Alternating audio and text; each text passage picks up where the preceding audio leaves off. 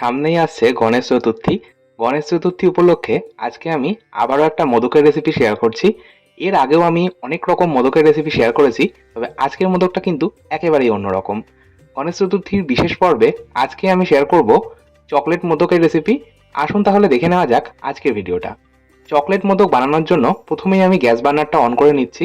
কড়াইয়ের মধ্যে দিয়ে দিচ্ছি 500 ml অর্থাৎ হাফ লিটার দুধ। আর এখানে কিন্তু আমি কোনো রকম ফুল ক্রিম মিল্ক ব্যবহার করছি না, নর্মাল টোন মিল্ক ব্যবহার করছি। আপনারা চাইলে অবশ্য ফুল ক্রিম দুধ কিন্তু ব্যবহার করতেই পারেন। আজকে এই মোদকটা তৈরি করতে আমি গুঁড়ো দুধ আর কোকো পাউডার ব্যবহার করব। গুঁড়ো দুধ আমি এখানে 2 কাপ ব্যবহার করছি, মেজারিং কাপ হিসেবে 2 কাপ গুঁড়ো দুধ ব্যবহার করব। আপনারা যে কোনো ব্র্যান্ডের মিল্ক পাউডার কিন্তু ব্যবহার করতেই পারেন। আর এই মোদকটা তৈরি করার জন্য আমি কিন্তু গুঁড়ো দুধের পরিমাণটা একটু বেশি ব্যবহার করছি। তার দুটো কারণ রয়েছে। এক, গুঁড়ো দুধ ব্যবহার করলে যে ক্ষীর বা মাওয়াটা আমরা তৈরি করব সেটা কিন্তু খুব দ্রুত চটজলদি তৈরি হবে।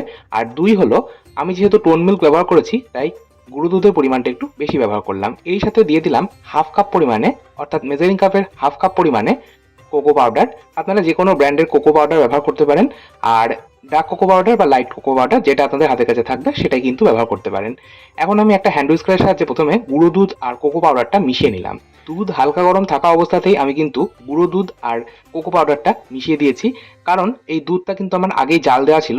আমি কাঁচা দুধ ব্যবহার করছি না। যদি আপনারা কাঁচা দুধ ব্যবহার করেন সেক্ষেত্রে দুধটা হালকা গরম হয়ে গেলে একটা পাত্রের মধ্যে কিছুটা পরিমাণ দুধ তুলে নিয়ে তার মধ্যে মিল্ক পাউডার আর কোকো পাউডার মিশিয়ে নিয়ে আপনারা সেটা সাইডে সরিয়ে রাখবেন। তারপর বাকি দুধটা একবার বয়েল চলে আসার পর আপনারা সেই গোলা দুধটা দিয়ে এই ক্ষীরটা তৈরি করে নেবেন।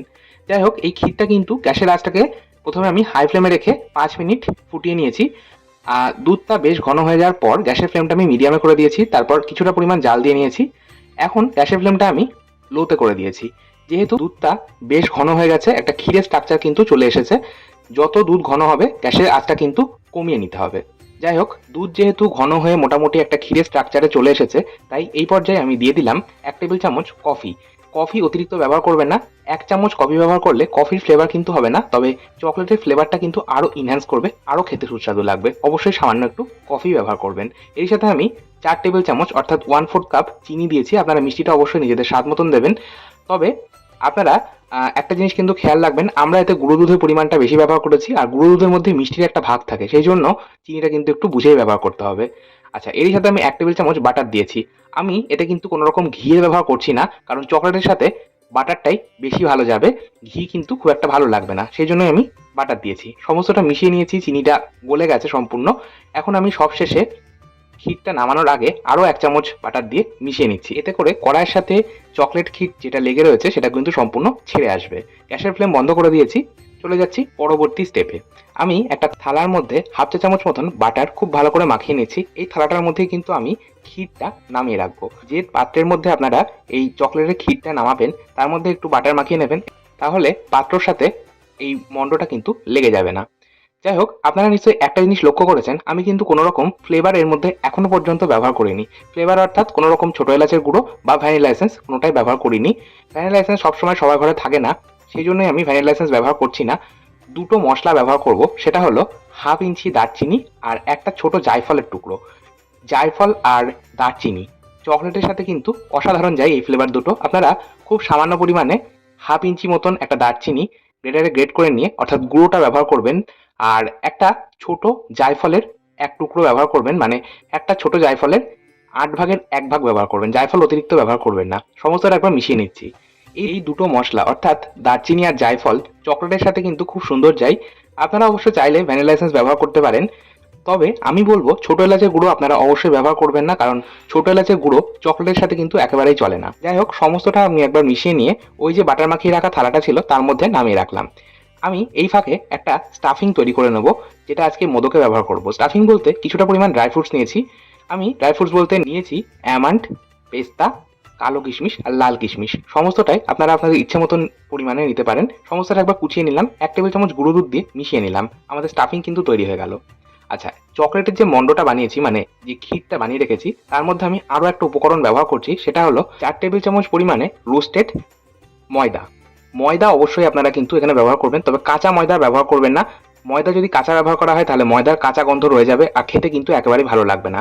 আপনারা চাইলে এই ময়দাটা কিন্তু যখন আপনারা চিনি আর কফি ব্যবহার করলেন সেই পর্যায়ে ব্যবহার করে নিতে পারেন, তাহলে কিন্তু ময়দাটা সুন্দরভাবে কুক হয়ে যাবে আর ময়দার কাঁচা গন্ধ থাকবে না। তবে আমি সেই পর্যায়ে দিতে ভুলে গেছিলাম, সেই জন্যই আমি এখন ময়দাটা একটু হালকা করে রোস্ট করে নিয়ে ব্যবহার করছি। আর ময়দা কিন্তু অবশ্যই ব্যবহার করতে হবে। ময়দা যদি ব্যবহার না করা হয় তাহলে মোদকগুলো ঠিক মতন গড়া যাবে না। ময়দাটা বেসিক্যালি আমাদের এখানে কিন্তু বাইন্ডিং এর কাজ করবে। আর এই ময়দাটা মেশানোর সময় আমি 1 চা চামচ মতন বাটার ব্যবহার করেছি, দিয়ে সমস্তটা মিশিয়ে নিয়েছি। মোদকগুলো গড়বার জন্য এইরকম প্লাস্টিক মোদক মোল্ড নিয়েছি। এইরকম মোদক মোল্ড আপনারা কিন্তু যেকোনো বড় শপিং মলে অথবা অনলাইন থেকেও কিন্তু ইজিলি পারচেজ করতে পারেন। আর মোদক মোল্ডের মধ্যে প্রথমে আমি খুব সামান্য একটু বাটার মাখিয়ে নিলাম। প্রথম মোদকটা বানানোর আগে আপনারা মোদক মোল্ডের মধ্যে বাটার মাখিয়ে নেবেন, তাহলে প্রত্যেকটা মোদক কিন্তু খুব সুন্দরভাবে গড়ে নেওয়া যাবে। এখন আমি বানিয়ে রাখা চকলেট ক্ষীর থেকে কিছুটা অংশ নিয়ে এইভাবে মোদকের মোল্ডের যে পেছনের অংশটা রয়েছে সেখান দিয়ে আমি এইভাবে ঢুকিয়ে দিলাম। তারপর একটা আঙুলের সাহায্যে এইভাবে আমি একটু গর্ত মতন করে নিয়ে বানিয়ে রাখা স্টাফিং দিয়ে আবারও পেছন দিকটা আমি বন্ধ করে দিচ্ছি। তাহলে কিন্তু আমাদের মোদক তৈরি হয়ে যাবে। মোদক তৈরি করা ভীষণই সহজ। দেখুন আমার প্রথম মোদক তৈরি হয়ে গেল। এইভাবে আমি বাকি মোদকগুলো তৈরি করে নেব।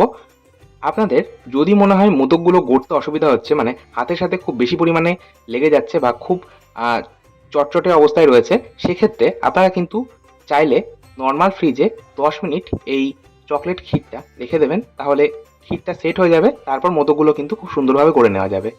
আচ্ছা, মোদক মোল্ড দিয়ে আমি মোদক গড়ে দেখালাম। তবে যাদের কাছে মোদক মোল্ড নেই তারা কিন্তু হাত দিয়ে মোদক গড়ে নিতে পারেন। মোদক গড়ে নেওয়া খুবই সহজ। আমি চকলেট ক্ষীর কিছুটা পরিমাণে নিয়ে এইভাবে হাত দিয়ে প্রথমে গোল করে, তারপর হাতের তালুর উপর রেখে একটু চ্যাপ্টা করে নিলাম। তারপর দুটো আঙুল দিয়ে প্রেস করে এটা আমি পাতলা করে নিলাম লেচিটা। তারপর পরিমাণ মতন স্টাফিং দিলাম, দিয়ে এইভাবে দুটো আঙুল দিয়ে প্রেস করে করে হাতের তালুর উপর রেখে আমি মোদকটা এইভাবে শঙ্কু আকৃতি দিয়ে নিচ্ছি। তারপর একটু ডিজাইন করে দেবো যাতে একদম মোদক মোল্ডে গড়লে যেমন মোদক দেখতে লাগে সেরকমই লাগবে। আমি ছুরির মাথা দিয়ে এইভাবে একটু ডিজাইন মতো করে দিচ্ছি। চাইলে আপনারা চামচের পেছন দিক দিয়েও এই কাজটা করতে পারেন। দেখুন আমার সমস্ত মোদক তৈরি করে নেওয়া হয়ে গেছে। এই গণেশ চতুর্থীতে আপনারা এইভাবে চকলেট মোদক বানিয়ে গণপতি বাপ্পাকে ভোগ হিসেবে নিবেদন করুন। আজকের মতো এই পর্যন্তই। আবার চলে আসবো নতুন কোনো ভিডিও নিয়ে। ভালো থাকুন, সুস্থ থাকুন, ধন্যবাদ।